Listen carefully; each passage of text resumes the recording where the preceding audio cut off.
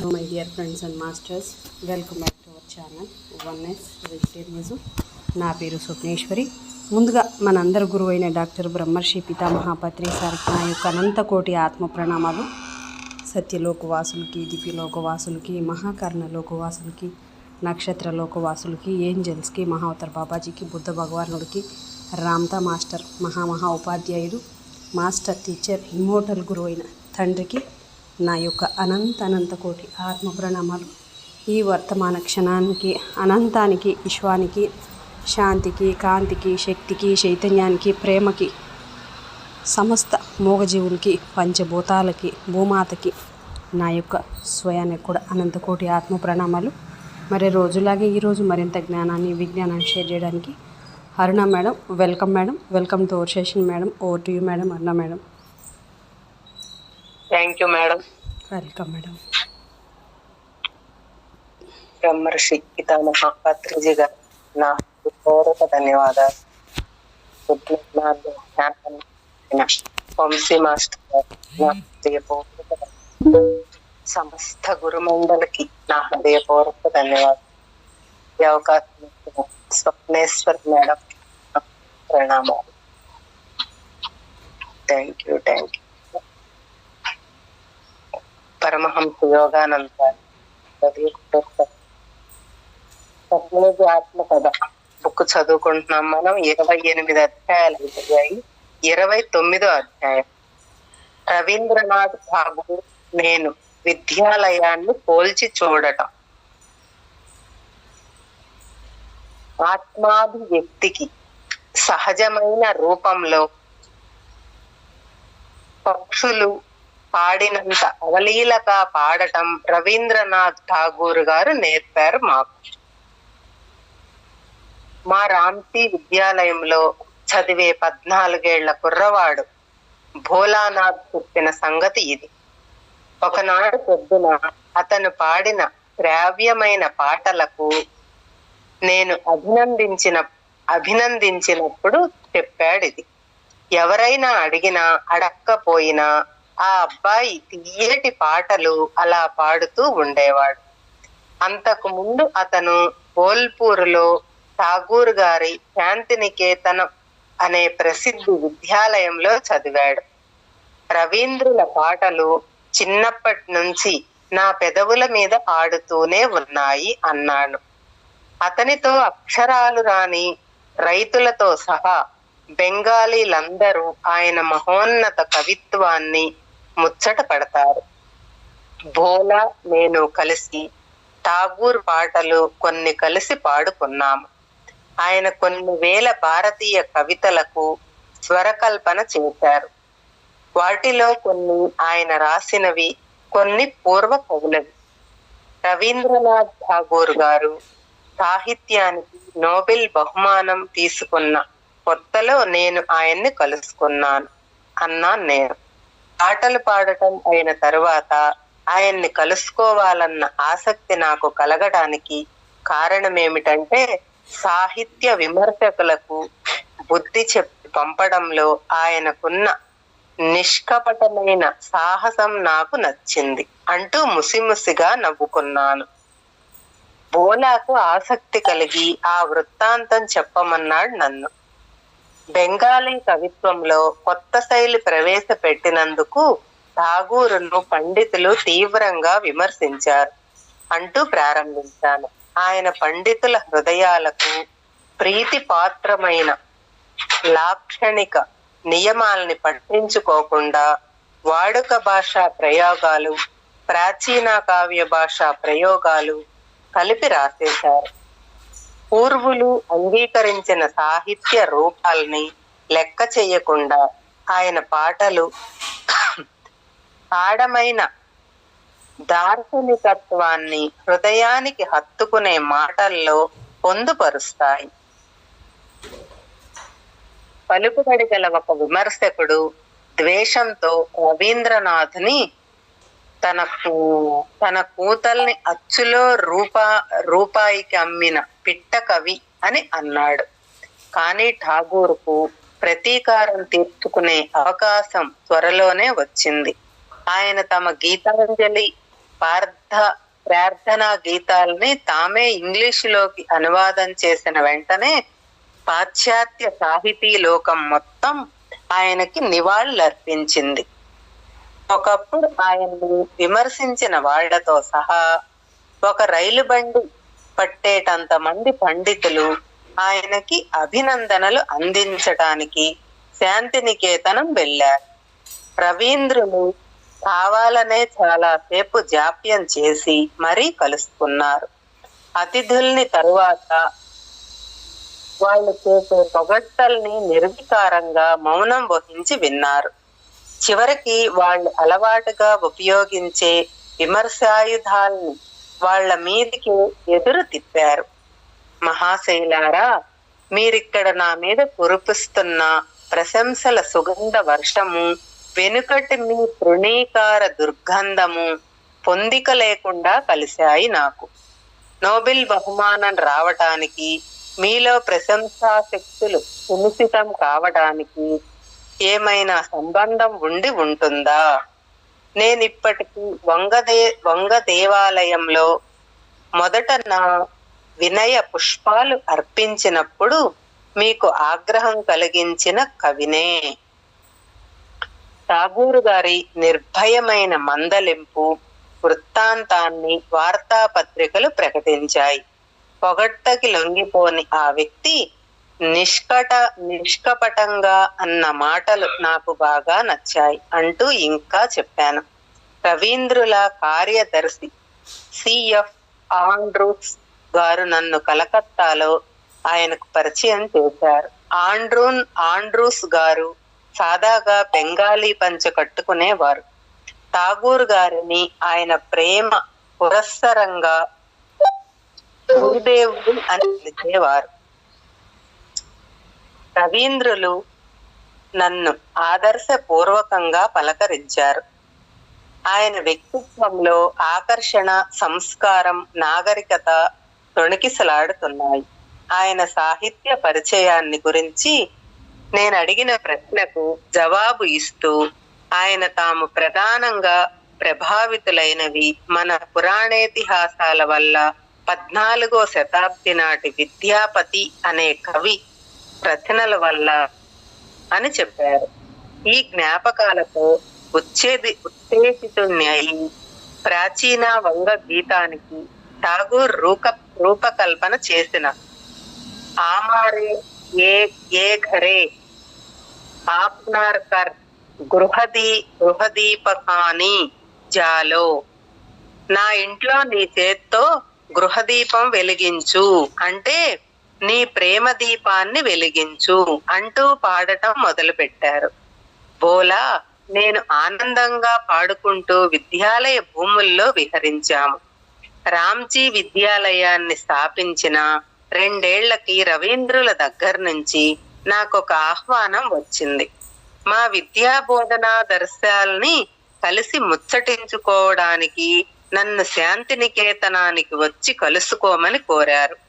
నేను సంతోషంగా వెళ్ళాను. నేను వెళ్లేసరికి ఆ మహాకవి తమ పఠన మందిరంలో కూర్చుని ఉన్నారు. మేము మొట్టమొదట కలుసుకున్నప్పుడు అనిపించినట్టే ఇప్పుడు కూడా ఆయన రూపం ఏ చిత్రకారుడైనా ఉత్తమ పురుషాకృతిని చిత్రించటానికి ఆదర్శంగా కోరేటంత ప్రస్ఫుటంగా ఉందని అనిపించింది. కులీనత ఉట్టిపడే విధంగా శిల్పకారుడు తీర్చిదిద్దినట్టున్న ముఖానికి చుట్టూ పొడుగాటి జుట్టు, వంకుల గడ్డము ఉన్నాయి. విశాలమైన దయార్థ నేత్రాలు, దివ్య దరహాసము, అక్షరాల సమ్మోహపరిచే వేణునాదం వంటి కంఠస్వరము, దృఢంగాను నిఠారుగాను గంభీరంగాను ఉండే ఆయన రూపం దాదాపు స్త్రీ సహనమైన మార్ధవాన్ని, శిశు సహజమైన ఆనందమయ స్వచ్ఛందతను మేళవించినట్టు ఉంది. కవిని గురించిన ఏ ఆదర్శ భావన ఈ సౌమ్య గాయకునిలో కంటే మరెవరిలోనూ సముచితంగా రూపుగట్టలేదు. కాసేపట్లో ఠాగూర్ గారు నేను ఛాందసానికి తావులేని ఆదర్శాలతో స్థాపించిన మా విద్యాలయాన్ని ఒకదాంతో ఒకటి పోల్చి పరిశీలించటంలో మునిగిపోయాము. ఆరుబయట చదువు చెప్పటం, నిరాడంబరత కుర్రవాడి సృజనశీలతకు సమృద్ధిగా అవకాశం కల్పించటం వంటి సమాన లక్షణాలు చాలా ఉన్నట్టు కనిపెట్టాము. అయితే రవీంద్రులు సాహిత్య కవిత్వ అధ్యయనానికి భోలా విషయంలో వెనుక నేను గమనించినట్టుగా సంగీతం ద్వారాను గానం ద్వారాను ఆత్మాభివ్యక్తికి చెప్పుకోదగినంత ప్రాముఖ్యం ఇచ్చారు. శాంతినికేతన విద్యార్థులు మౌన కాలాలు పాటించటం మట్టుకు జరుగుతోంది, కానీ వాళ్లకు ప్రత్యేక యోగాభ్యాసం ఏదీ నేర్పటం లేదు. రాంచీలో విద్యార్థులందరికీ నేర్పే శక్తి సంవర్ధక యోగదా అభ్యాసాల గురించి, యోగధారణ పద్ధతుల గురించి నేను వివరిస్తుంటే ఆ మహాకవి ప్రశంసా సూచకమైన శ్రద్ధతో విన్నారు. ఠాగూర్ గారు చిన్నప్పటి తమ చదువులో ఎదురైన సంఘర్షణను గురించి నాకు చెప్పారు. 5వ తరగతి తరువాత నేను బళ్ళోంచి పారిపోయాను అంటూ నవ్వుతూ చెప్పారు. ఈయనకు జన్మసిద్ధంగా వచ్చిన కవి సహజమైన కోమలత్వానికి, నిస్సారము నిరంకుశమా అయిన పాఠశాల వాతావరణానికి ఎలాగూ సరిపడదన్న సంగతి వెంటనే అర్థం చేసుకున్నాను. అంచేత నేను నీడనిచ్చే చెట్ల కింద, విశాలాకాశం కింద శాంతినికేతం స్థాపించాను. అందమైన తోటలో చదువుకుంటున్న చిన్నపిల్లల గుంపు వైపు చూపించారు ఆయన. పిల్లవాడు పువ్వుల మధ్య, పాటలు పాడే పక్షుల మధ్య తన సహజ వాతావరణంలో ఉంటాడు. అక్కడే వాడు తన వ్యక్తిగత ప్రతిభ తాలూకు గుప్త సంపదను మరింత సులువుగా వ్యక్తం చెయ్యవచ్చు. నిజమైన విద్యాబోధన లోపల ఉన్న అనంత జ్ఞాన నిధిని బయటకు తీసుకురావటానికి సాయపడుతుందే కాని బయటి వనరుల నుంచి లోపలికి ఎక్కించి దట్టించటం జరగదు. దాంతో నేను ఏకీభవిస్తూ మామూలు బళ్లలో గణాంక వివరాలు, చారిత్రక యుగాలు వంటి ప్రత్యేక పద్యాల వల్ల కుర్రవాళ్లకుండే ఆదరాత్మక వీర పూజా సంబంధమైన సహజాతాలు శుష్కించిపోతున్నాయి అన్నాను. ఆ మహాకవి తమ తండ్రి గారు దేవేంద్రనాథ్ గారి గురించి ప్రేమకు పురస్సరంగా చెప్పారు. శాంతినికేతన స్థాపనకు స్ఫూర్తినిచ్చిన వారు ఆయన. నాన్నగారు సారవంతమైన ఈ భూమిని నాకు బహూకరించారు. దీంట్లో అంతకు పూర్వమే ఆయన ఒక అతిథి గృహం, దేవాలయం నిర్మించారు అని చెప్పారు రవీంద్రులు. ఇక్కడ నా విద్యాబోధన ప్రయోగాన్ని 1901 ఒక్క 10 మంది కుర్రవాళ్లతో ప్రారంభించాను. నోబెల్ బహుమానంతో వచ్చిన 8,000 పౌండ్ల డబ్బు ఈ విద్యాలయ నిర్వహణకే ఖర్చయింది. మహారథిగా పేరొందిన దేవేంద్రనాథ్ ఠాగూర్ గారు అత్యంత గణనీయులైన వ్యక్తి. ఈ సంగతి ఆయన ఆత్మకథ చదివి గ్రహించవచ్చు. మంచి పడుచు వయస్సులో ఆయన 2 ఏళ్ల పాటు హిమాలయాల్లో ధ్యానంలో గడిపారు. ఆయన తండ్రి ద్వారకానాథ్ ఠాగూర్ గారు ప్రజాహితంగా చేసిన దాన ధర్మాల వల్ల వంగదేశమంతకు మాన్యులయ్యారు. ఈ ఆదర్శ వంశ వృక్షం నుంచి మేధావి కుటుంబం ఉద్భవించింది. రవీంద్రులు ఒక్కరే కాదు, ఆయన బంధువులందరూ కూడా సృజనాత్మక అభివృద్ధికి వన్నెకెక్కిన వారు. ఆయన సోదరుల కుమారులు గగనేంద్రులు, అవనీంద్రులు భారతదేశ అగ్రశ్రేణి చిత్రకారులుగా చెప్పుకోదగ్గవారు. రవీంద్రుల సోదరులు ద్విజేంద్రులు గాఢ ద్రష్ట అయిన దార్శనికులు, పక్షులు, వన్య ప్రాణులు కూడా ఆయన్ని అభిమానించేవి. ఆ రోజు రాత్రికి నన్ను అతిథి గృహంలో ఉండి పొమ్మని కోరారు రవీంద్రులు. ఆ సాయంత్రం మొగసాలలో రవీంద్రులు తదితరుల బృందము ఉన్న దృశ్యాన్ని చూసి ముగ్ధుణ్ణి అయ్యాను. కాలచక్రం వెనక్కి తిరిగింది. నా ఎదుట ఉన్న దృశ్యం ప్రాచీనమైన ఒక ఆశ్రమంలా ఉంది. ఆనందమయులైన ఆ గాయకుడి చుట్టూ భక్తులు పరివేష్టించి ఉన్నారు. వారి చుట్టూ దివ్య ప్రేమ పరివేషం ప్రకాశిస్తోంది. ప్రతి స్నేహ గ్రంథిని ఠాగూర్ గారు సామరస్య తంతువులతో అల్లారు ఎన్నడూ ఒత్తి చెప్పే తత్వం లేని ఆయన ఒకానొక అనివార్య ఆకర్షణతో హృదయాన్ని లోబరుచుకున్నారు. ఈశ్వరుడి ఉద్యానంలో కుసుమిస్తున్న అరుదైన కవితా ప్రసూనం సహజ పరిమళంతో ఇతరుల్ని ఆకర్షిస్తోంది. కవీంద్రులు తాము కొత్తగా రచించిన ఉత్కృష్ట కవితలు కొన్ని శ్రావ్యమైన స్వరంతో పాడి వినిపించారు. చాలా మట్టుకు ఆయన పాటలు, నాటికలు విద్యార్థుల ఆహ్లాదం కోసం రాసినవి. వాటిని శాంతినికేతంలోనే రచించారు. ఆయన పద్యాల్లో నాకు కనిపించిన సొగసు ఏమిటంటే, దాదాపు ప్రతి పంక్తిలోనూ దేవుణ్ణి ప్రస్తావిస్తూ ఉన్నప్పటికీ ఆయన పవిత్ర నామాన్ని చాలా అరుదుగా పలకటం, గానం చేసేటప్పుడు కలిగే ఆనందంలో మత్తెక్కి నన్ను నేనే మరచిపోయి నాకు ప్రభువునైన నిన్ను మిత్రమా అని పిలుస్తుంటాను. సురేర్ గోస్ ఆప్నాకే జా ఈ భూలే బంధు భలే డాకీ మోర్ ప్రభుకే అని రాశారు ఆయన. ఆ మర్నాడు మధ్యాహ్నం భోజనం అయిన తరువాత మహాకవి గారి దగ్గర తప్పనిసరిగా సెలవు తీసుకున్నాను. అప్పటి ఆయన చిన్న విద్యాలయం ఇప్పుడు విశ్వభారతి పేరుతో ఒక అంతర్జాతీయ విశ్వవిద్యాలయంగా వృద్ధి చెంది అనేక దేశాల విద్యార్థులకు ఇక్కడ ఆదర్శవంతమైన వాతావరణం లభిస్తున్నందుకు నాకు ఆనందంగా ఉంది. ఎక్కడ నిర్భయంగా ఉంటుందో, మనస్సు ఎక్కడ ఎత్తున నిలుస్తుందో, శిరస్సు ఎక్కడ స్వేచ్ఛను అనుభవిస్తుందో, జ్ఞానం ఇరుకిరుకు గదుల పెట్టె మాదిరి అడ్డుగోడలతో ఎక్కడ ముక్కలు కాక ఉంటుందో, ప్రపంచం మాటలు సత్య గర్భంలోంచి వెలువడేది ఎక్కడో, అలుపెరగని పరిశ్రమ పరిపూర్ణత వైపు చేతులు చాపేది ఎక్కడో, వివేక నిర్మల స్రవంతి తుచ్చ ఆచారాల నిస్సార మరుభూమిలో ఇంకిపోకుండా ఉండేది ఎక్కడో, ఎప్పటికీ విస్తరిస్తూనే ఉండే ఆలోచనగా చర్యగా మనస్సును నువ్వెక్కడ నడిపిస్తూ ఉంటావో ఆ స్వాతంత్ర స్వర్గసీమలో తండ్రి మేల్కొనేలా చెయ్యి నా దేశాన్ని. రవీంద్రనాథ్ ఠాగూర్. 30వ అధ్యాయం. అలౌకిక సంఘటనల నియమం. ప్రసిద్ధ నవలా రచయిత లియో టాల్స్టాయ్ ముగ్గురు సాధువులు అనే ఆహ్లాదకరమైన జానపద కథ ఒకటి రాశారు.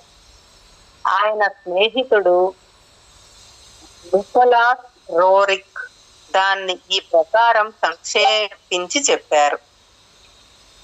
ఒక ద్వీపంలో ముగ్గురు ముసలి సాధువులు నివసిస్తూ ఉండేవారు. వాళ్ళు ఎంత నిరాడంబరులంటే వాళ్ళు చేసే ఒకే ఒక ప్రార్థన ఇలా ఉండేది: మేము ముగ్గురం, నువ్వు ముగ్గురు, మా మీద దయ ఉంచు. ఈ అకృత్రిమమైన ప్రార్థన సమయంలో గొప్ప అలౌకిక ఘటనలు జరిగాయి. స్థానిక మత గురువు ఒకరు ఈ ముగ్గురు సాధువుల గురించి అంగీకార యోగ్యం కాని వాళ్ళ ప్రార్థనను గురించి విన్నాడు. విధి విహితమై ప్రార్థనలు వాళ్లకు నేర్పడం కోసం వాళ్ళని కలుసుకోవాలని నిశ్చయించుకున్నాడు. ఆ దీవికి చేరి వాళ్ళ దైవ ప్రార్థన హుందాగా లేదని చెప్పి ఆచార ప్రకారంగా చేసే ప్రార్థనలు వాళ్ళకి చాలా నేర్పాడు. ఆ తరువాత ఆ బిషప్ ఒక నావ ఎక్కి వెళ్ళిపోయాడు. ఆ నావ వెనకాల ఉజ్వల కాంతి ఒకటి వెంబడించి వస్తుండటం గమనించాడు. ఆ కాంతి దగ్గర పడేసరికి ముగ్గురు సాధువుల్ని పోల్చాడు ఆయన. ఆ ముగ్గురు నావను అందుకునే ప్రయత్నంలో ఒకరి చెయ్యి ఒకరు పట్టుకుని కెరటాల మీద పరిగెత్తుతూ వస్తున్నారు. మీరు మాకు నేర్పిన ప్రార్థనలు మరిచిపోయాము, మళ్ళీ చెప్పమని మిమ్మల్ని అడగగా గబగబా వచ్చి అడగడానికి మళ్ళీ చెప్పమని మిమ్మల్ని అడగడానికి గబగబా వచ్చేసాము అని అరిచారు.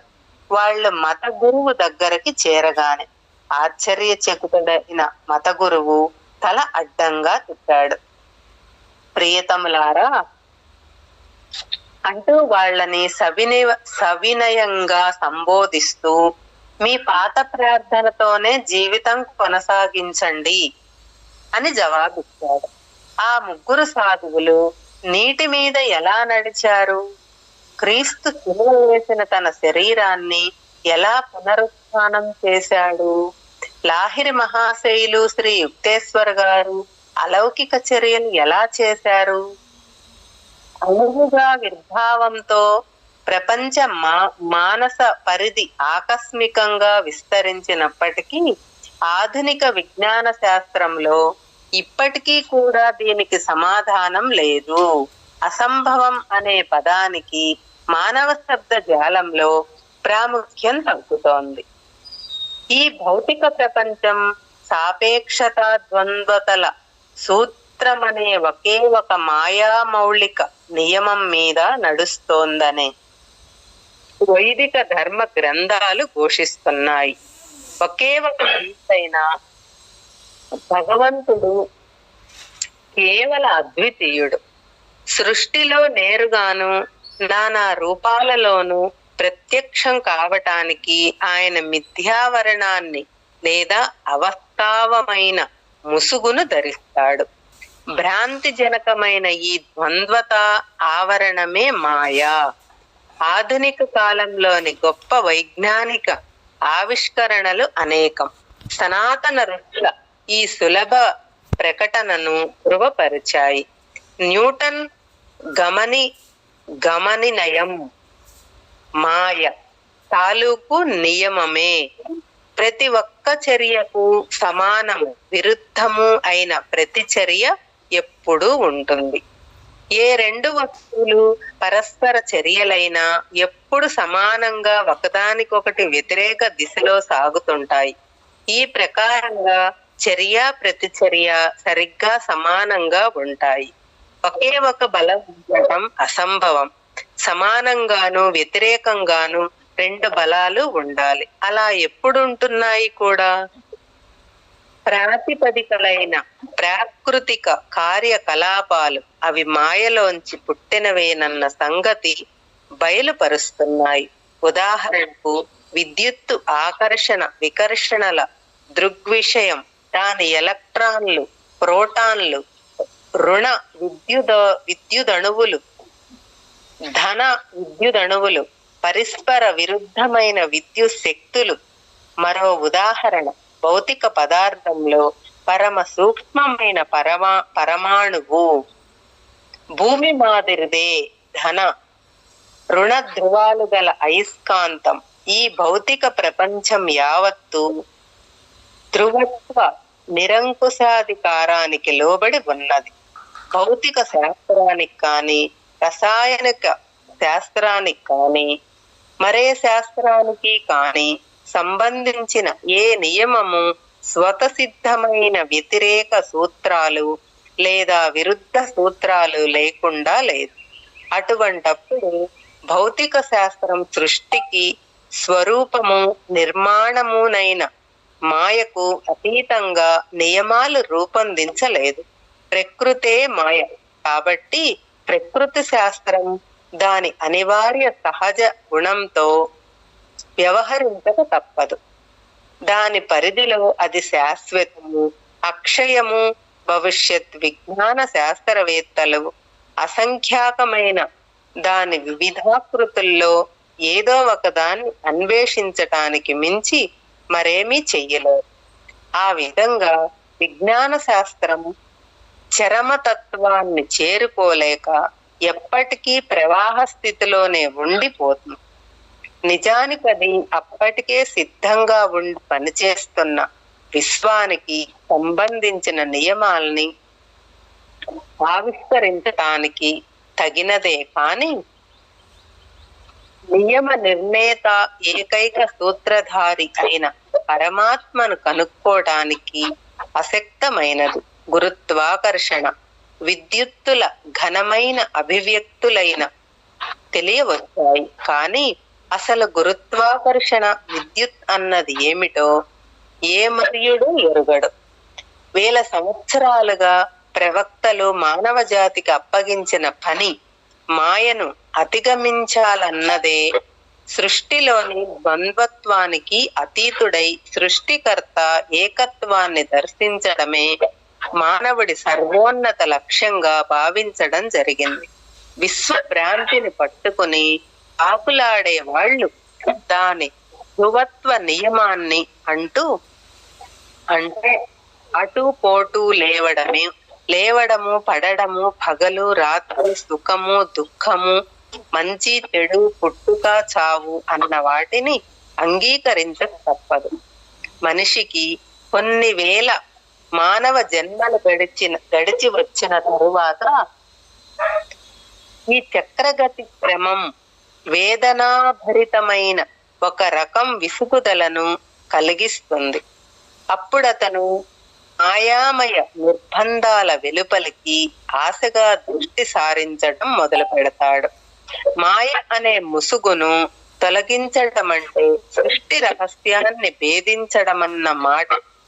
ఈ విధంగా విశ్వాన్ని నగ్నీకరించేవాడే నిజమైన ఏకేశ్వరోపాసకుడు. తక్కిన వాళ్ళందరూ ధర్మ విరుద్ధమైన విగ్రహాల్ని ఆరాధిస్తున్న వాళ్లే. మనిషి ప్రకృతి తాలూకు ద్వంద్వతా మాయలకు అధీనుడై ఉన్నంత కాలం ద్వంద్వ ముఖాలు గల మాయే అతనికి ఆరాధ్య దేవత. ఏకైక సత్య దైవాన్ని అతను తెలుసుకోడు. మాయ అనే ప్రపంచ భ్రాంతి మనుషుల్లో అవిద్యగా పొడ చూపుతుంది. అవిద్య అంటే జ్ఞానం కాని జ్ఞానం మాయ. ఈ మాయ లేదా అవిద్య తార్కిక దృఢ విశ్వాసం వల్ల కాని విశ్లేషణ వల్ల కాని ఎన్నడూ నాశనం కాజాలదు. కేవలం నిర్వికల్ప సమాధి అనే ఆంతరిక స్థితిని సాధించడం ద్వారా మాత్రమే నాశనమవుతుంది. బైబిలు, పాత నిబంధన గ్రంథ ప్రవక్తలు, అన్ని దేశాల ద్రష్టలు, మునులు ఆ చైతన్య స్థితిలో ఉండే పలికారు. ఎజెకీల్ ఇలా అన్నారు, తర్వాత ఆయన నన్ను గుమ్మం దగ్గరికి తీసుకువచ్చాడు. ఏ గుమ్మం సైతం తూర్పు వైపు ఉంది. ఇజ్రాయెల్ దేవుడి శోభ తూర్పు దిక్కు నుంచి ప్రసరించింది. ఆయన స్వరం సముద్ర ఘోషలా ఉంది. ఆయన శోభతో ప్రకాశించింది భూమి. నుదిటి మీద తూర్పు ఉన్న దివ్య నేత్రం ద్వారా యోగి అనేక సముద్రాల దివ్య ఘోష అనే శబ్దాన్ని లేదా ఓంకారాన్ని వింటూ తన చైతన్యాన్ని సర్వ వ్యాపకత్వంలోకి పయనింపజేస్తాడు. ఈ ఓంకారమే సృష్టిలోని ఏకైక సత్తుకు కారణమైన కాంతి స్పందన. విశ్వంలోని అనేక కోట్ల నిగూఢ రహస్యాలలో అత్యంత అద్భుతమైనది. కాంతి శబ్ద తరంగాల సంచారానికి గాలి కాని ఇతర భౌతిక వాహకాలు కాని అవసరమవుతాయి. కానీ కాంతి తరంగాలు శబ్ద తరంగాల మాదిరిగా కాకుండా రోదసిలోని అంతర్నక్షత్ర శూన్యం గుండా స్వేచ్ఛగా సంచరిస్తాయి. తరంగ సిద్ధాంతం ప్రకారం కాంతిని అంతర్గ్రహ వాహకంగా పనిచేస్తుందని చెప్పే పరికల్పితమైన ఈ ధర్మ కూడా ఐన్స్టైన్ చెప్పిన కారణాల వల్ల పరిహరించవచ్చు. రోదసికున్న జ్యామితీయ గుణధర్మాలు ఈధర్ సిద్ధాంతం అవసరమయ్యేటట్టు చేస్తాయని అన్నాడు ఆయన. వీటిలో ఏ ఒక్క పరికల్పన ప్రకారమైనా కూడా కాంతి ప్రాకృత దృశ్య మాన రూపాల్లో ఏ ఒక్కదానికన్నా అయినా అత్యంత సూక్ష్మంగాను భౌతిక ఆలంబన రహితంగానూ ఉంటుంది. ఐన్స్టైన్ బృహత్తర భావనల్లో సాపేక్షత సిద్ధాంతాల్లో ప్రాముఖ్యం వహించేది. కాంతి వేగం సెకనుకు 1,86,300 మైళ్ళు. మానవుడి పరిమితి మనస్సుకు సంబంధించినంత వరకు ప్రవాహశీలకమైన విశ్వంలో ఏకైక స్థిర రాశి కాంతి వేగమేనని ఆయన గణిత శాస్త్రపరంగా నిరూపించారు. మానవుల దేశకాల ప్రమాణాలన్నీ ఏకైక నిరపేక్షం అయిన కాంతి వేగం మీదే ఆధారపడి ఉంటాయి. ఇంతకు పూర్వం అనుకుంటూ వచ్చినట్టుగా దేశకాలాలు వేరు వేరు శాశ్వత కారకాలు కావు. అవి సాపేక్షమైన పరిమితి కాలాలు. వాటికి నియత మాపన మాన్యతలు కాంతి వేగ ప్రమాణాన్ని బట్టే లభిస్తాయి. కాలం పరిణాత్మక సాపేక్షగా రోదసిలో చేరటం వల్ల దాని సరైన స్వభావం ఇప్పుడు వెల్లడి అయింది. సరళమైన సందిగ్ధాసారమే అది. ఐన్స్టైన్ కొన్ని సమీకరణాల కలం కోట్లతో ఒక కాంతిని మినహాయించి తక్కిన ప్రతి స్థిర సత్యాన్ని విశ్వం నుంచి బహిష్కరించేశాయి. ఉత్తరోత్తర రూపొందించిన ఏకీకృత క్షేత్ర సిద్ధాంతం యూనిసైడ్ ఫీల్డ్ థియరీలో ఆ మహనీయ భౌతిక శాస్త్రవేత్త గురుత్వాకర్షణ విద్యుదయస్కాంత తత్వాల నియమాల్ని కేవలం ఒకే ఒక్క గణిత సూత్రంలో పొందుపరిచే ప్రయత్నం చేశారు. బ్రహ్మాండ స్వరూపాన్ని ఒక నియమం మీద ఆధారపడ్డ వివిధ రూపాంతరాలుగా సంక్షేపించిన ఐన్స్టైన్ అనేక యుగాల్ని అడ్డంగా దాటిపోయి సృష్టికి గల ఏకైక స్వరూపం బహురూప ధారణ చేసే మాయ అని ప్రకటించిన ఋషుల సరసకు చేరారు. నవశకానికి నాంది పలికిన సాపేక్షతా సిద్ధాంతాన్ని ఆధారం చేసుకునే పరమాణువును అన్వేషించగల అవకాశాలు గణిత శాస్త్ర పరంగా బయలుపడ్డాయి. అణువనేది శక్తే కాని పదార్థం కాదని చెప్పటమే కాక ఆ అణుశక్తి మూలతః మనోద్రవ్యమని ఈనాడు గొప్ప గొప్ప శాస్త్రవేత్తలు ధైర్యంగా నొక్కి చెబుతున్నారు. భౌతిక శాస్త్రం ఛాయాలోకానికి సంబంధించినదన్న యథార్థమైన గ్రహింపు అత్యంత గణనీయంగా పేర్కోదగ్గ అభివృద్ధులలో ఒకటి అని రాశారు sir order Stanley Eddington.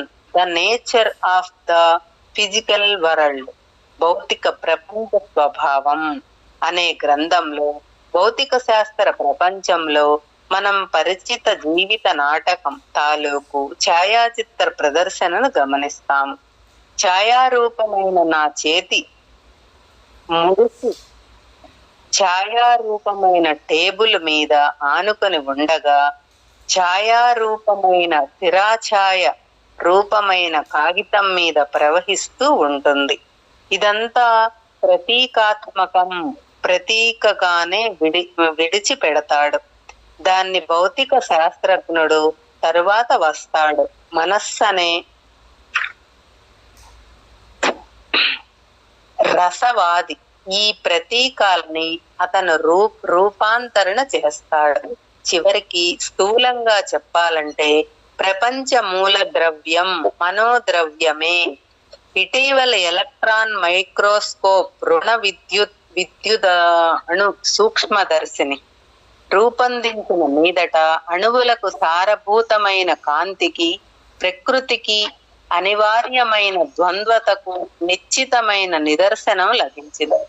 1937లో American Association for the Advancement of Science అన్న సంస్థ వారి సమావేశంలో జరిగిన ఎలక్ట్రాన్ మైక్రోస్కోప్ ప్రయోగ ప్రదర్శనను గురించి ద న్యూయార్క్ టైమ్స్ పత్రిక ఇలా రాసింది: ఇంతవరకు పరోక్షంగా ఎక్స్రేలను కిరణాల ద్వారా మాత్రమే తెలిసిన టంగ్స్టన్ స్ఫటికాకృతి ఒక ఫ్లోరసెంట్ స్క్రీన్ వెలుతురు తెర మీద స్ఫుటంగా నిలిచింది.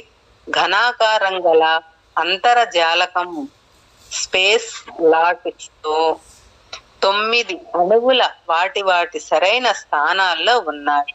అంటే ఒక్కొక్క మూల ఒక్కొక్క అణువు చొప్పున మధ్య మరొకటి టంగ్స్టన్ స్ఫటిక జాలకంలోని అణువులు వెలుతురు తెర మీద భూమితీయమైన నమూనాలో అమర్చిన కాంతి బిందువులుగా పొడగట్టాయి. స్ఫటిక ఘనరూపమైన కాంతిలో తాడనం చేస్తున్న గాలి సూక్ష్మ క్షణాల్ని నర్పిస్తున్న కాంతి బిందువులుగా గమనించవచ్చు. కదులుతున్న నీటి మీద మిలమిలా మెరిసే సూర్యకాంతి బిందువుల్ని పోలి ఉంటాయి ఇవి.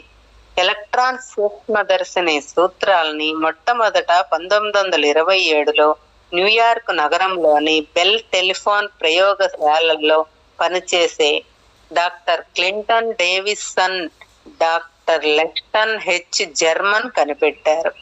ఎలక్ట్రాన్ కు ద్వంద్వ ప్రకృతి ఉందని, కణ గుణాల్ని తరంగ గుణాన్ని కూడా కనబరుస్తుందని వారు కనుక్కున్నారు. తరంగ గుణం ఎలక్ట్రాన్ కు కాంతి గుణాన్నిచ్చింది. కటకం లెన్స్ ద్వారా కాంతిని కేంద్రీకరింపజేసిన మాదిరిగానే ఎలక్ట్రాన్లను కూడా కేంద్రీకరింపజేసే సాధనం కోసం అన్వేషణ మొదలైంది. భౌతిక ప్రకృతి పరిధికంతకు ద్వంద్వ వ్యక్తిత్వం ఉందని నిరూపించిన ఎలక్ట్రాన్ కున్న జెకిల్ హైడ్ లక్షణాన్ని, ద్వంద్వ ప్రకృతిని కనిపెట్టినందుకు గాను డాక్టర్ డేవిసన్ భౌతిక శాస్త్రంలో నోబెల్ బహుమానం అందుకున్నారు. ద మిస్టీరియన్ యూనివర్స్ అంతుబట్టని విశ్వం అన్న గ్రంథంలో సర్ జేమ్స్ జీన్స్ జ్ఞాన ప్రవాహం యాంత్రికంగాని వాస్తవం వైపు ప్రయాణిస్తోంది. ఇప్పుడు విశ్వం ఒక గొప్ప యంత్రంలా కాక ఒక గొప్ప భావనలా గోచరించడం మొదలవుతోందని రాశాడు. ఈ విధంగా 20వ శతాబ్ది విజ్ఞాన శాస్త్రం అనాది వేద పాఠంలా ధ్వనిస్తోంది. కనుక భౌతిక విశ్వం అనేది ఏదీ లేదని, మాయే దాని అడుగు కేకలని తెలిపే దార్శనిక తత్వాన్ని మానవుడు విజ్ఞాన శాస్త్రం ద్వారా తెలుసుకోవాల్సి ఉంటే అలాగే తెలుసుకోనివ్వండి. వాస్తవం అనే భ్రాంతి కలిగించేదాని ఎండమావులన్నీ విశ్లేషణలో కరిగిపోతాయి. తనకు భరోసా ఇచ్చే భౌతిక జగత్పరమైన ఆధారాలు ఒకదాని తరువాత ఒకటిగా తన కింద కుప్పగూలిపోతూ ఉండే మానవుడు తన విగ్రహారాధక ఆలంబనను, అంటే నేను తప్ప మరే దేవుళ్ళు నీకు ఉండకూడదు అన్న దైవాజ్ఞను తాను ఉల్లంఘించానన్న విషయాన్ని అస్పష్టంగా గ్రహిస్తాడు. ద్రవ్యరాశికి శక్తికి గల సమానత్వాన్ని తన ప్రఖ్యాత సమీకరణంలో సమీక్షిస్తూ ఐన్స్టైన్ పదార్థంలోని ఏ ఒక్క కణంలోని శక్తి అయినా దాని ద్రవ్యరాశిని, అంటే బరువును కాంతి వేగ వర్గంతో గుణిస్తే వచ్చే ఫలితానికి సమానమని నిరూపించారు. పదార్థ కణాల నాశనం ద్వారానే అణుశక్తుల్ని విడుదల చెయ్యటం జరిగింది. పదార్థం మృతి అణుయుగానికి జన్మనిచ్చింది. కాంతి వేగం గణిత శాస్త్రీయమైన ఒక ప్రమాణం లేదా స్థిర రాశి కావడానికి కారణం. సెకనుకు 1,86,300 మైళ్ళ వేగంలో నిరపేక్షమైన విలువ ఒకటి ఉందని కాదు. వేగంతో పాటు ద్రవ్యరాశి కూడా పెరుగుతూ ఉండే భౌతిక వస్తువు ఏదీ కూడా కాంతి వేగానికి చేరుకోలేకపోవటమే దానికి కారణం. మరో రకంగా చెప్పాలంటే ద్రవ్యరాశి అనంతంగా ఉన్న భౌతిక వస్తువు మాత్రమే కాంతి వేగానికి సమాన వేగం పొందగలడు. ఈ భావన మనల్ని అలౌకిక ఘటనల నియమం దగ్గరికి చేరుస్తుంది. ఇచ్ఛానుసారంగా తమ శరీరాల్ని, ఇతర వస్తువుల్ని దృశ్యమానం కాని అదృశ్యం కాని చెయ్యగలిగి కాంతి వేగంతో సంచరించగలిగి ఏ భౌతిక రూపాన్నైనా సరే తక్షణమే ప్రత్యక్షం కావించటానికి సృజనాత్మక కాంతి కిరణాన్ని ఉపయోగించగలిగిన సిద్ధ పురుషులు నియమానుసారమైన నిబంధనను నెరవేర్చి ఉంటారు. వారి ద్రవ్య రాశి అనంతం. పరిపూర్ణ యోగి చైతన్యం సంకుచిత శరీరంతో కాకుండా విశ్వస్వరూపంతోనే అప్రయత్నంగా ఏకాత్మకమై ఉంటుంది. గురుత్వాకర్షణ అన్నది న్యూటన్ చెప్పిన బలం, ఫోర్స్ అయిన ఐన్స్టైన్ చెప్పిన జడత్వ ఆవిర్భావం, మానిఫెస్టేషన్ ఆఫ్ ఇనర్షియా అయినా భార ధర్మాన్ని ప్రదర్శించాలన్న నిర్భయం యోగులకు విధించజాలనిది. ఇక్కడ భారధర్మం అంటే భౌతిక వస్తువులన్నింటికీ భేదాన్ని సూచించే గురుత్వాకర్షణ స్థితి. తనను తాను సర్వవ్యాపక అయిన ఆత్మగా ఎరిగిన వాడు దేశ కాలాల్లోని దేహ పరిమితులకు బద్ధుడై ఉండడు. సోహం శక్తి ముందు బంధనాలు పటాపంచలైపోతాయి. వెలుతురు ఉండగానే వెంటనే వెలుతురు వచ్చింది. విశ్వాన్ని సృష్టించడానికి దేవుడిచ్చిన మొదటి ఆదేశం నిర్మాణ పరంగా ఆవశ్యకమైన కాంతిని ఆవిర్భవింపజేసింది.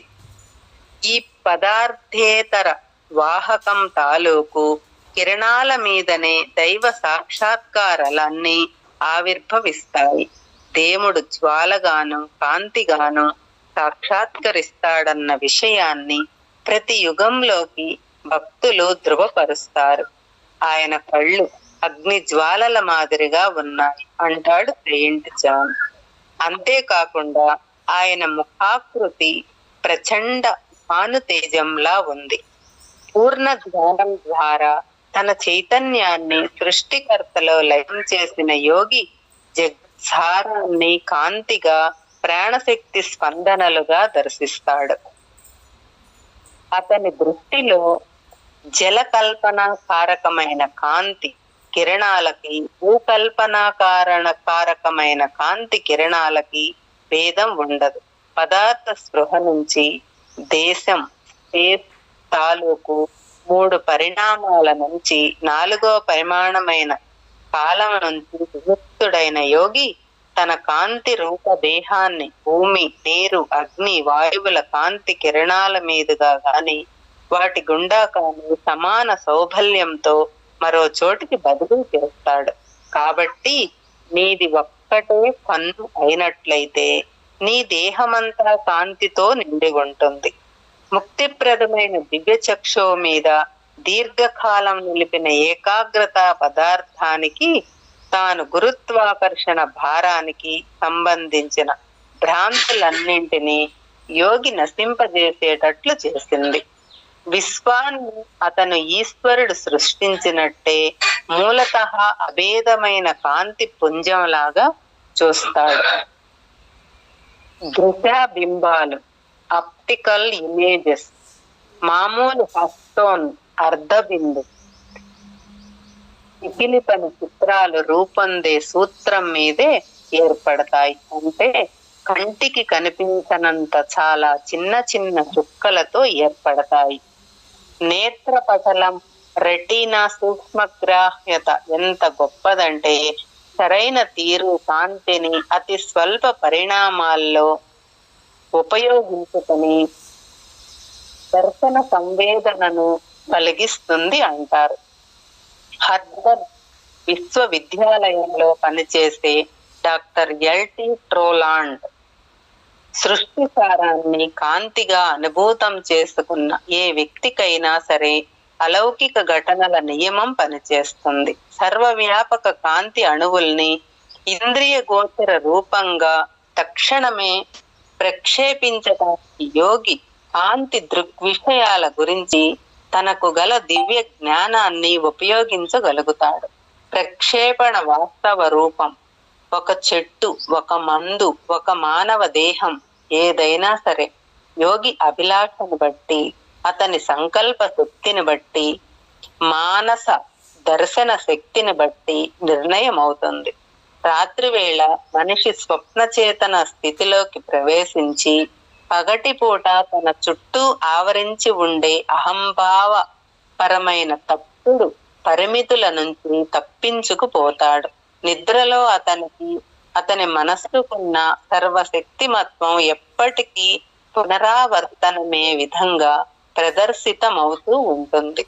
కలలో ఏనాడూ చనిపోయిన అతని స్నేహితులు, బహుదూరపు ఖండాలు, చిన్ననాటి పునరుత్థిత దృశ్యాలు అన్నీ అవుపిస్తాయి.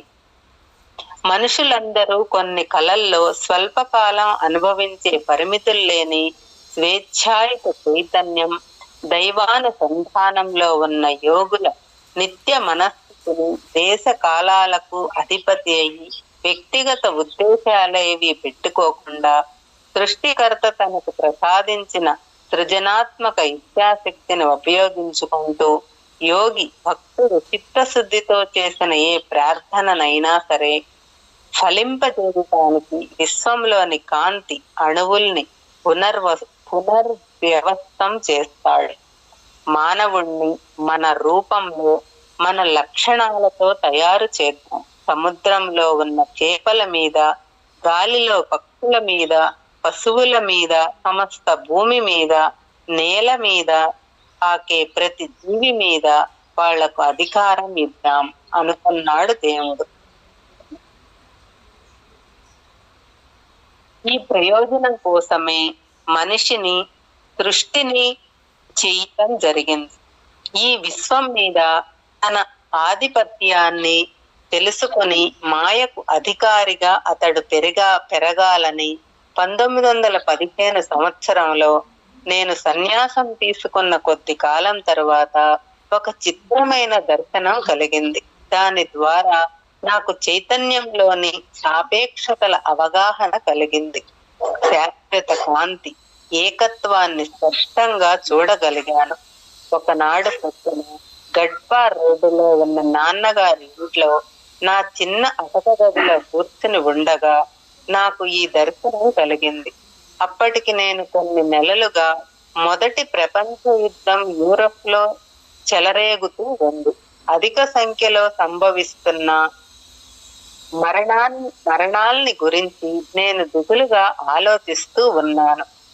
నేను ధ్యానంలో కళ్ళు మూసుకునేసరికి నా చైతన్యం హఠాత్తుగా ఒక యుద్ధ మీద ఆధిపత్యం వహించి ఉన్న ఒక కెప్టెన్ శరీరంలోకి బదిలీ అయింది. అటు ఒడ్డున ఉన్న ఫిరంగులు, ఇటు ఓడ ఫిరంగులు ఒకదాని మీద ఒకటి కాల్పులు జరుపుతూ ఉండగా ఆకాశం దత్తరిల్లిపోయింది. ఒక పెద్ద ఫిరంగి గుట్టు వచ్చి మా మందుగుండు కొట్టుకు తగిలి నా ఓడను బద్దలు చేసింది. ఈ పేలుడులో బతికిన కొద్ది మంది నావికులతో పాటు నేను కూడా నీళ్లలోకి దూకాను. గుండె దడదడలాడుతూ ఉండగా నేను సురక్షితంగా ఒడ్డుకు చేరాను. కానీ దురదృష్టం చెదురుపాటుగా వచ్చిపడ్డ గుండు ఒకటి నా చేతిలోకి దూసుకుపోయింది. నేను మూలుగుతూ నేల మీద పడ్డా. నా శరీరమంతా పక్షవాతం వచ్చినట్టుగా అయింది. అయినా తిమ్మిరెక్కిన కాలు తెలుస్తూనే ఉన్నట్టుగా నాకు శరీరం మీద స్పృహ తెలుస్తూనే ఉంది. చివరికి మృత్యుదేవత రహస్య వద విన్యాసం నన్ను అందుకుంది అనుకున్నాను. కడపటి నిట్టూర్పుతో నేను అచేతన స్థితిలోకి జారిపోతూ ఉండగా ఆశ్చర్యం, నేను గడ్బార్ రోడ్డులోని ఇంటి గదిలో పద్మాసనంలో కూర్చుని ఉన్నానని గమనించాను. ఛాతీలో తుపాకీ గుండు లేని శరీరం తిరిగి పొందినందుకు నేను ఆనందభరితుణ్ణయి దాన్ని చేతులతో తట్టి గిల్లి చూసుకుంటూ ఉంటే నా కళ్ళలోంచి ఆనంద బాష్పాలు ధారగా స్రవించాయి. నేను బతికే ఉన్నానని రూఢి చేసుకోవడానికి ముందుకు వెనక్కు ఉయ్యాల ఊగాను. ఊపిరి పీలుస్తూ విడుస్తూ చూసుకున్నాను.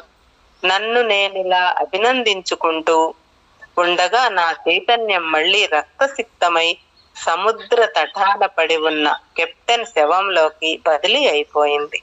అంతా గందరగోళమైపోయింది నా మనస్సు. ప్రభు, నేను చనిపోయానా బతికున్నానా అంటూ ప్రార్థించాను. కళ్ళు మిరుమిట్లు గొల్పే మహోజ్వల కాంతి ఒకటి స్థితి క్షిత్యమంతటా నిండింది. మృదువైన మర్మర ధ్వని ప్రకంపన ఒకటి మాటలుగా మారింది.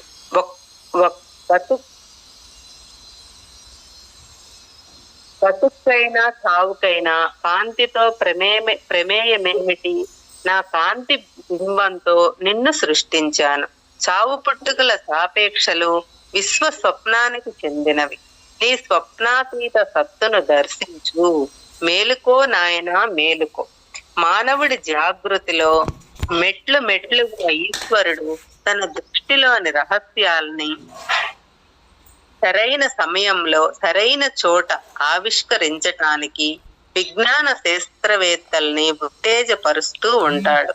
ఈ విశ్వాన్ని దైవ ప్రజ్ఞతో సంచాలితమయ్యే కాంతి అనే ఏకైక శక్తిని వివిధ రూపాల అభివృద్ధిగా గ్రహించటానికి అనేక ఆధునిక ఆవిష్కరణలు మానవుడికి తోడ్పడతాయి. చలనచిత్ర, రేడియో, టెలివిజన్, రేడార్, కాంతి, విద్యుత్ ఘటం, ఫోటో ఎలక్ట్రికల్ సెల్, ఆశ్చర్యకరమైన విద్యున్నేత్రం, ఎలక్ట్రిక్ ఐ, పరిమాణ శక్తులు అనే అద్భుతాలన్నీ కాంతికున్న విద్యుద్దయస్కాంత దృగ్విషయం మీద ఆధారపడ్డవే. చలనచిత్ర కళ ఏ అలౌకిక ఘటనైనా చిత్రీకరించగలదు. ప్రాభావోత్పాదక దృశ్య దృక్కోణం మీద ట్రిక్ ఫోటోగ్రఫీకి వశం కాని అద్భుతం అంటూ ఏదీ లేదు. మానవుణ్ణి స్థూలమైన భౌతిక కాయం నుంచి లేస్తున్న పారదర్శక సూక్ష్మ శరీరంగా చూడవచ్చు. అతను నీళ్ల మీద నడవగలడు. చనిపోయిన వాళ్లను తిరిగి బతికించగలగడు. వికాసాల్లోని సహజ క్రమాన్ని ముందు వెనుకలు చేయవచ్చు. దేశ కాలాల్ని అస్తవ్యస్తం చేసి పారేయవచ్చు. నేర్పరి అయిన వాడు ఛాయాచిత్ర బింబాల్ని తన ఇష్టం వచ్చినట్టు కూర్చవచ్చు. నిజమైన సిద్ధ పురుషుడు వాస్తవమైన కాంతి కిరణాలతో చేసే మాదిరిగానే దృష్టి విభ్రమాలు సారించవచ్చు. సజీవ సాదృశ్యం గల బింబాల్ని ప్రదర్శించే చలన చిత్రాలు సృష్టికి సంబంధించిన అనేక సత్యాల్ని కళ్ళకు కట్టిస్తాడు. విశ్వ చలనచిత్ర దర్శకుడు తన నాటకాలు తనే రాసుకుంటాడు. అనేక శబ్దాలు వేడుక కోసం భారీ సంఖ్యలో పాత్రల్ని సమకూరుస్తాడు. అనంతత్వమనే అంధకార శిబిరంలోంచి ఆయన యుగయుగాంతరాల ఫిల్ముల గుండా తన కాంతి కిరణాల్ని ప్రసరింపజేస్తాడు. మహాకాశమనే తెర మీద బొమ్మలు పడుతూ ఉంటాయి. సినిమా బొమ్మలు వాస్తవాలుగా కనిపించినప్పటికీ అవి కేవలం వెలుగునీడల కలయికలు మాత్రం అయినట్టు విశ్వ సంబంధమైన రూపాలు కూడా వాస్తవికత భ్రాంతి కలిగిస్తాయి. అసంఖ్యాక జీవరాశులు గల గ్రహ గోళాలు ఒకానొక విశ్వ చలన చిత్రంలోని ఆకృతులే తప్ప మరేవీ కావు. మానవుడి జ్ఞానేంద్రియాలైందింటిని తాత్కాలికంగా నిజమనిపించే ఈ అనిత్య దృశ్యాలు మానవ చైతన్యమైన తెర మీద అనంత సృజనాత్మక కిరణం ప్రసరింపజేసినవి. సినిమా ప్రేక్షకులు తన తల పైకి ఎత్తి తెర మీద బొమ్మలన్నీ నిరాకారమైన ఒక కాంతి కిరణం ద్వారానే కనిపిస్తున్నట్టు చూడవచ్చు. వన్నెల జగన్నాటకం కూడా అదే మాదిరిగా ఒక విశ్వ మూలం తాలూకు ఏకైక శ్వేత కాంతి నుంచే వెలువడుతోంది. దేవుడు తన పిల్లల కోసం అనూహ్యమైన చాతుర్యంతో తన గ్రహ ప్రదర్శనశాలలో అధికతను బ్రహ్మాండ వినోదాన్ని ప్రదర్శిస్తున్నాడు. వాళ్లలో నటుల్ని ప్రేక్షకుల్ని చేస్తున్నాడు. ఒకనాడు నేను యూరప్ యుద్ధ రంగాలకు సంబంధించిన న్యూస్ రీల్ చూడటానికి ఒక సినిమా హాల్లోకి ప్రవేశించాను. పాశ్చాత్యంలో మొదటి ప్రపంచ యుద్ధం ఇంకా చెలరేగుతూనే ఉంది. మారణకాండను ఆ న్యూస్ రీల్ ఎంత వాస్తవికంగా చూపించిందంటే నేను హృదయ వ్యధతో హాల్లోంచి బయటికి వచ్చేశాను. ప్రభు, అటువంటి బాధను నువ్వెందుకు అనుమతిస్తావు అని ప్రార్థించాను. నాకు అత్యంత ఆశ్చర్యం కలిగే విధంగా నిజమైన యూరప్ యుద్ధరంగాల అంతర్దర్శన రూపంలో తక్షణమే నాకు సమాధానం వచ్చింది. చచ్చిపోయిన వాళ్లతోటి, పోతూ ఉన్న వాళ్లతోటి నిండి ఉన్న దృశ్యాలు ఏ న్యూస్ రీల్ ప్రదర్శనకైనా ఎంతో మించి ఉండేటంత భయంకరంగా ఉన్నాయి. పట్టి పట్టి చూడు అంటూ ఒక మృదు స్వరం నా అంతఃచేతనలో పలికింది. ఇప్పుడు ఫ్రాన్స్ లో నటిస్తున్న ఈ దృశ్యాలు వెలుగు నీడల కయ్యాటలు తప్ప మరేమీ కావని గమనిస్తావు. ఇవి విశ్వ చలనచిత్ర దృశ్యాలు. ఒక నాటకంలో అంతర్నాటకంలా ఇంతకు ముందు నువ్వు చూసిన సినిమా న్యూస్ రీల్ ఎంత నిజమైనదో ఇవి అంత నిజమైనవి, లేదా అది ఎంత అబద్ధమైనదో ఇవి అంత అబద్ధమైనవి. నా గుండె ఇంకా కుదుటపడలేదు. దివ్యవాణి ఇంకా చెప్పింది, సృష్టి, వెలుగు, నీడ రెండూను లేకపోతే బొమ్మ రావడం అసంభవం. మాయాపరమైన మంచి చెడ్డలు ఒకదాని తరువాత మరొకటి ఎప్పటికీ ప్రాబల్యం పొందుతూనే ఉంటాయి. ఈ లోకంలో ఆనందం అనంతంగానే కనుక ఉండి ఉంటే మానవుడు ఎన్నడైనా మరొక దాన్ని కోరుకుంటాడా? బాధ లేనిదే తాను తన నిత్య నివాసాన్ని విడిచిపెట్టాన్న సంగతి గుర్తు చేసుకోవడానికి ఒక్కనాటికి ప్రయత్నించడు. బాధ అనేది జ్ఞాపకానికి ములుగర్ర. దీన్ని తప్పించుకునే ఉపాయం జ్ఞానం. మరణమనే విషాద అవాస్తవం. దాన్ని తలుచుకొని గడగడలాడే వాళ్ళు రంగస్థలం మీద జరుగుతున్న నాటకంలో తన మీదకి పేల్చింది. ఖాళీ తూటాయే అయినా జడుసుకుని ప్రాణం విడిచే అవివేకపు నటుడి లాంటి వాళ్ళు నా పిల్లలు, వెలుతురు మొలకలు. మేడం, ఇప్పుడు చదివే పేరా అయిందంటే చెప్పండి మేడం, ఆపుతాము. ఒక 5 నిమిషాలు అయిపోద్ది మేడం. 5 నిమిషాలు అవుతుందా? ఓకే. నాటకంలో తన మీదకు పేల్చింది. కాళ్ళీ తూటాయే అయినా జడుసుకుని ప్రాణం విడిచి అవివేకపు నుదుటి లాంటి వాళ్ళు నా పిల్లలు, వెలుతురు మొలకలు. వాళ్ళు ఎల్లకాలం మాయలోనే నిద్రపోతూ ఉండరు. నేనంతకు ముందు మాయను గురించి ధార్మిక గ్రంథాల్లో రాసినవి చదివే ఉన్నప్పటికీ సొంతగా కలిగిన అంతర్దర్శనానుభావంతో దాంతో పాటు వినవచ్చిన అనునయ వాక్యాలతోనూ కలిగినంత గాఢమైన అంతర్దృష్టి ఆ గ్రంథాల వల్ల కలగలేదు. సృష్టి అనేది కేవలం బృహత్తరమైన ఒక చలన చిత్రమేనని, తన సత్తా దాంట్లో కాకుండా దానికి అతీతమైన దాంట్లో ఉందని చివరికి నమ్మకం కుదుర్చుకున్నవాడు ఎవరి విలువనైనా సమూలంగా మారిపోతాయి. నేను ఈ అధ్యాయం రాయడం పూర్తి చేసిన తర్వాత నా పక్క మీద పద్మాసనం వేసుకుని కూర్చున్నాను. నా గదిలో షేండ్లు గల 2 దీపాల నుంచి వెలుతురు పలచగా పడుతోంది. నా చూపు పైకి లేపుతూ గది కప్పు వైపు చూశాను. అక్కడ చుక్కలు తీర్చినట్టు సన్నని ఆవాల వన్న వెలుతురు కానవచ్చాయి. అవి రేడియం మాదిరి కాంతితో మిణుగుమంటూ వణుకుతూ ఉండటం గమనించాను. వానజల్లుల్లాంటి అసంఖ్యాకమైన కాంతి శలాకలు ఒక చోట కూడి పారదర్శక స్తంభాకృతి పొంది మెల్లగా నా మీద పడుతున్నాయి. వెంటనే నా భౌతిక దేహం తన స్థూలత్వాన్ని కోల్పోయి సూక్ష్మ దేహంగా మారిపోయింది.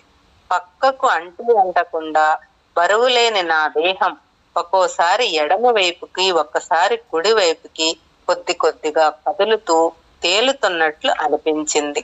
గది చుట్టూ కలియజూశాను. ఫర్నిచర్, గోడలు మామూలుగానే ఉన్నాయి. కానీ చిన్న కాంతి పుంజం ఎన్ని రెట్లు పెరిగిపోయిందంటే గదిలో కప్పు అవుపడకుండా పోయింది. నేను ఆశ్చర్యచకితుడయ్యాను. ఇదే బ్రహ్మాండ చలనచిత్ర యంత్రాంగం. కాంతిలోంచే వెలువడుతున్నట్టుగా ఒక స్వరం పలికింది.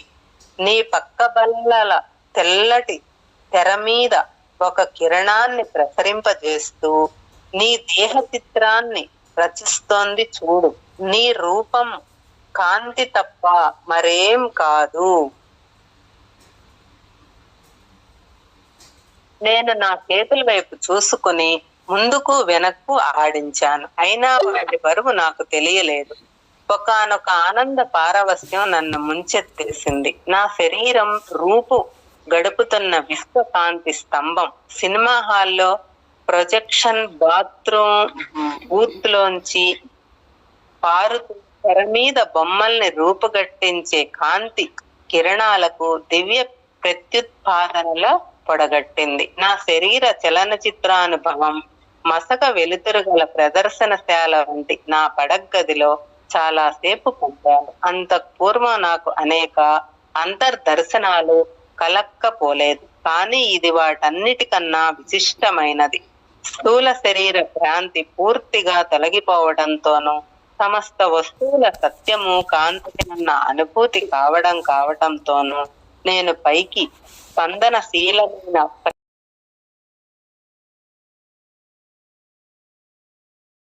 దేహ చిత్రాన్ని దయచేసి నీలో కలిపేసుకో. ఎలిజాని జ్వాలారథంలో స్వర్గానికి తీసుకుపోయినట్టు అని వినయపూర్వకంగా అన్నాను. ఈ ప్రార్థన ఎవరైనా చెకితుల్ని చేస్తుందన్నది స్పష్టం. కిరణం అదృశ్యమైంది. నా శరీరానికి మళ్లీ మామూలు బరువు వచ్చి పక్కలో కూలబడింది. మిరుమిట్లు గొలిపే గది కప్పు నుంచి దీప సమూహాలు అల్లల్లాడి ఆరిపోయాయి. బహుశా నేను ఈ లోకాన్ని విడిచిపెట్టి వెళ్లే సమయం ఇంకా ఆసన్నం కానట్టుంది. పైగా నా అహంకారానికి ఎలిజాతి రవ్వంత కోపం కూడా రావచ్చు అనుకున్నాను తాత్విక దృష్టిలో. Thank you madam. Thank you madam. Thank you so much madam. మీకు